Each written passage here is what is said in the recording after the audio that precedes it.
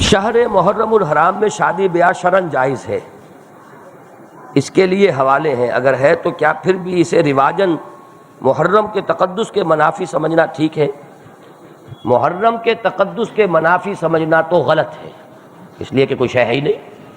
اس شے کو تو یعنی جب وہ معاملہ ہوا تھا واقعہ میرا، تو شیعہ علماء نے بھی کہا کہ حرام نہیں ہے، ہم نہیں کہتے کہ حرام ہے، ناجائز ہے، یہ کہا انہوں نے۔ تو یہ تو در حقیقت ایک چیز ہے کہ جو رواج اس کا پڑ گیا ہے۔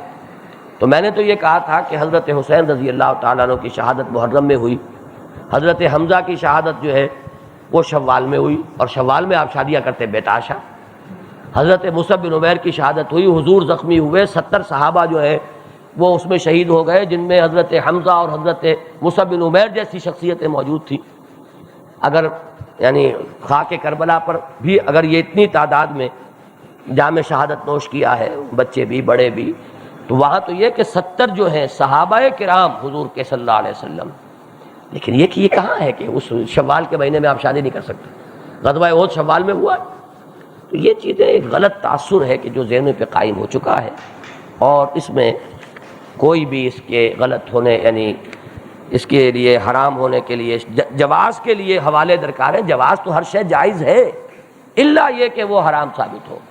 ہماری تو شریعت کا کہ اصل جو ہے وہ اباح ہے، مباح ہے ہر چیز، الا یہ کہ اس کے لیے کوئی ممانعت وارد ہو گئی ہو، تو وہ تو جائز ہے، الا یہ کہ منع کیا گیا۔